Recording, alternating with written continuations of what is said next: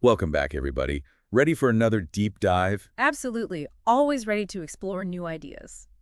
Well, today we're diving into some pretty profound stuff. We're tackling David Deutsch's thoughts on epistemology. How we know what we know, basically. Epistemology. Always a fascinating topic. And Deutsch has some pretty radical ideas about it, right? Yeah, his book, The Beginning of Infinity, is, well, it's mind-blowing, to be honest. He completely challenges how we traditionally think about knowledge. You're right. He really flips the script. Like, we're so used to this idea that knowledge is built on observation. We see something happen over and over again, and we assume it's always going to be that way. Right, like the classic example, the sun rising every day.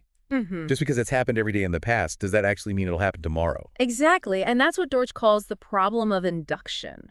Past success doesn't guarantee future success. So how do we actually get to reliable knowledge? Well, Deutsch says it's not about observing and generalizing, it's about explanations. Creating explanations, yeah.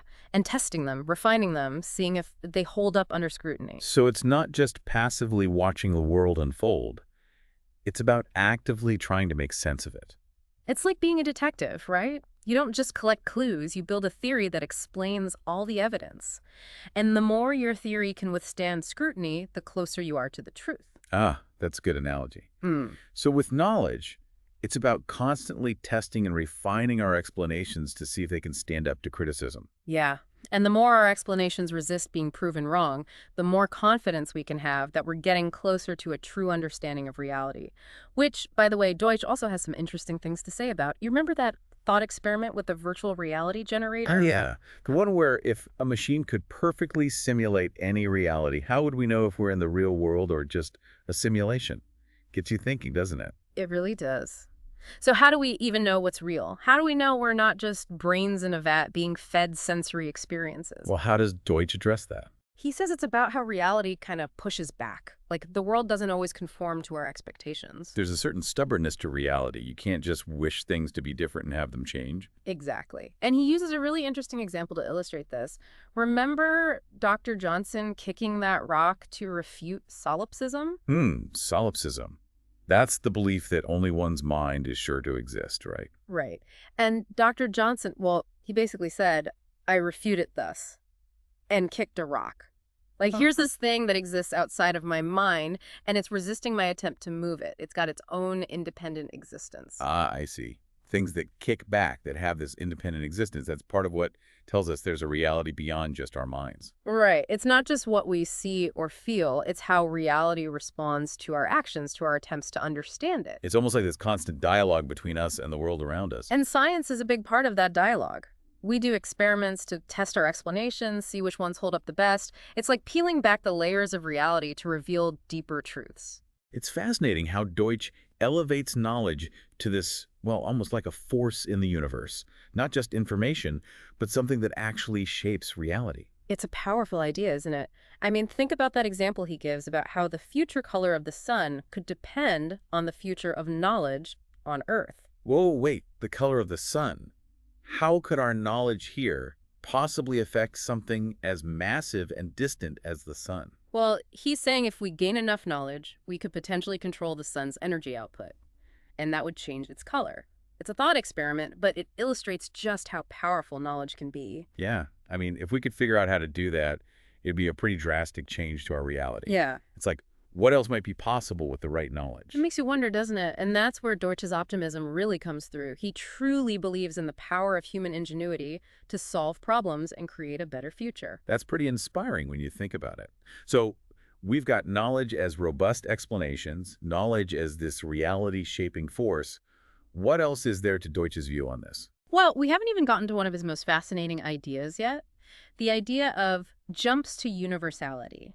These are moments in history when knowledge takes a leap forward, not just an incremental step. Okay, now that sounds really interesting. Jumps to universality. I'm hooked. Tell me more.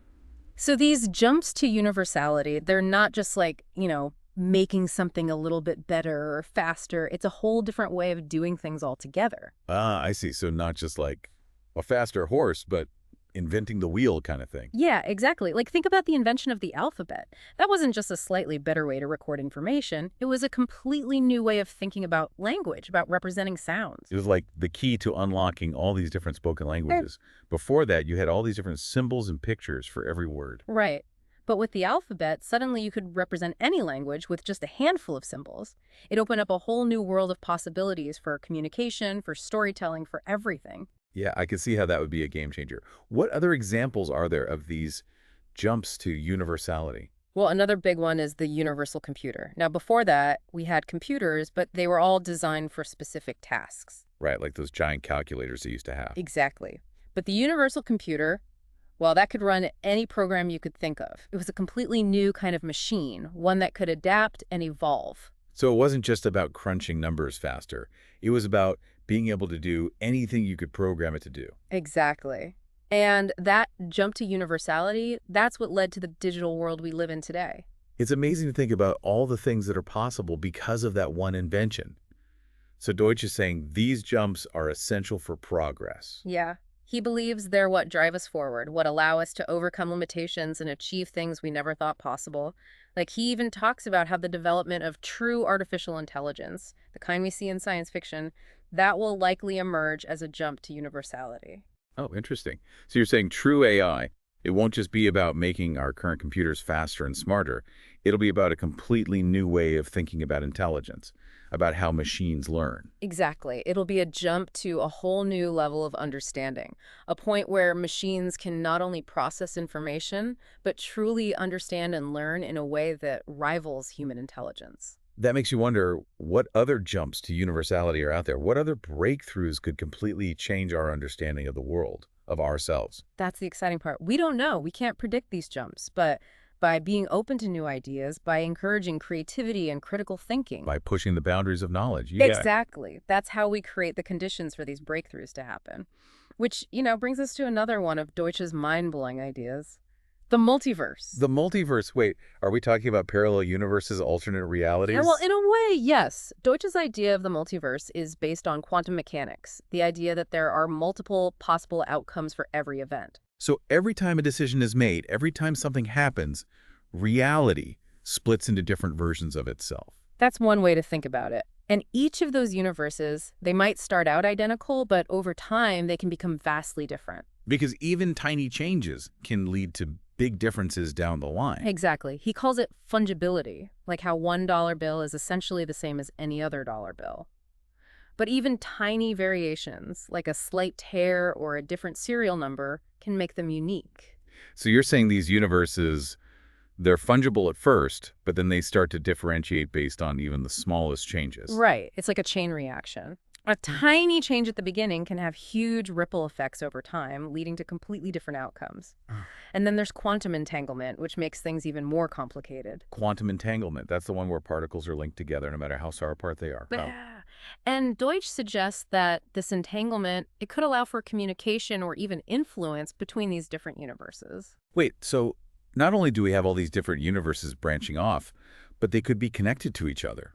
My head is spinning. It's definitely a mind-bending concept, but it really highlights the vastness and complexity of reality as Deutsch sees it. And within this grand cosmic tapestry, knowledge emerges as this fundamental force. Shaping not just our little corner of the universe, but the entire multiverse. Exactly. It's a truly awe-inspiring vision. But it also begs the question, how does all of this relate back to us, to our everyday lives? Yeah, that's what I was thinking. It's all very fascinating. But how can we apply these grand ideas about knowledge, progress, and the multiverse to our own choices, to the challenges we face? That's a great question, and one that Deutsch actually addresses head on. He argues that a lot of what we consider common sense is actually based on flawed thinking. Oh, so our common sense can actually hold us back from making progress. He believes so, yes. And in order to really move forward, we need to be willing to challenge those assumptions, to question even the things that seem obvious. Okay, now I'm really intrigued. So how do we spot these flawed ideas that are disguised as common sense? And how can we use Deutsch's approach to knowledge to make better decisions in our own lives? Let's delve into that next. Well, one of the biggest misconceptions is that knowledge comes mainly from our senses. Seeing is believing, right? Yeah, that's what we're always told. Trust your senses. That's how you learn about the world. But Deutsch, he argues that our senses can be very limited, even deceiving sometimes. Like, think about optical illusions. Those things can really mess with your perception. Yeah, they show how easily our eyes can be tricked. So if we can't always trust our senses, how do we figure out what's real? It's like that virtual reality thing we were talking about. How could we ever be sure we're not living in a simulation? It's a good question and a tough one to answer for sure. But Deutsch says the key is to focus on explanations, not just on what we perceive directly. So it's not about passively taking in information. It's about actively trying to explain what we see, testing those explanations, seeing if they hold up. Exactly. And that applies to everything, not just science. Even when we're talking about things like morality, Deutsch says it's about finding explanations that can withstand criticism. Morality. Wait, are you saying there's an objective right and wrong? Yeah. But how could we ever determine that? Everyone has their own values, their own beliefs. Well, Deutsch argues that even moral values can emerge from explanations, like certain actions are objectively better because they lead to the creation and spread of knowledge, which is essential for progress. So it's about acting in a way that promotes knowledge, that helps us move forward as a civilization. Right. It's recognizing that our actions have consequences, not just for us, but for the future of humanity as a whole. It's a really different way of thinking about morality, not just about following rules, but about making choices that contribute to a more knowledgeable, more advanced world. Exactly. And, looking back on everything we've talked about today, epistemology, virtual reality, the multiverse, even morality, it all comes back to this idea of knowledge being this incredibly powerful force. Yeah, a force that shakes reality, that drives progress, that has the potential to change the world, even the multiverse. And the biggest takeaway for me, I think,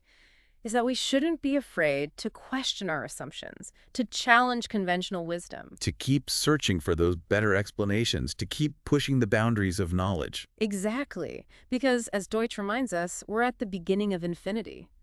The potential for knowledge is limitless, and it's up to us to explore it, to use it to create a better future. That's a fantastic thought to end on. Thanks for taking this deep dive with us today, exploring these complex and fascinating ideas. Keep asking questions, keep challenging assumptions, and keep seeking out those better explanations. Until next time.